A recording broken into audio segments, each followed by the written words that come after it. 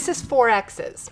I confess there was a moment just now while I was trying to figure out why it was called that, and then all of a sudden saw the 4 quarter triangle squares.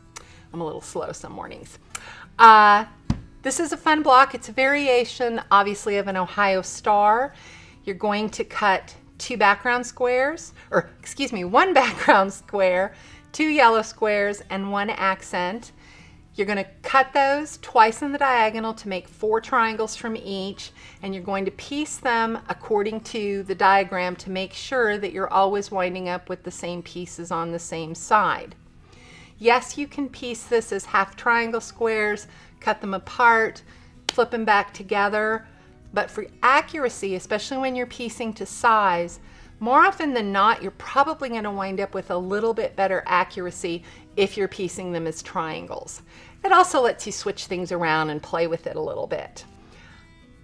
This one, the pressing is very straightforward. You're going to press according to the direction in the arrows.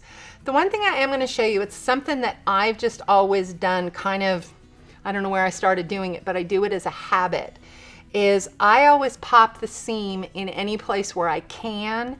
So for on the back of a quarter triangle square, it makes this really nice and flat, which sometimes can really help with accuracy in piecing. It meant that in 1 or 2 places, my seams lined up and abutted perfectly. 1 or 2 places, okay, they were going in the same direction. If it's really bulky, you can clip that, or you can press that little part open. But it's going to lay really, really nicely. This goes together in 3 parts. It is very easy to get these triangles turned around. They look really pretty the other way, or one that it's spinning. And this, it's very easy to get this turned. Yes, I keep a seam ripper handy as I'm chaining things through and not really paying attention.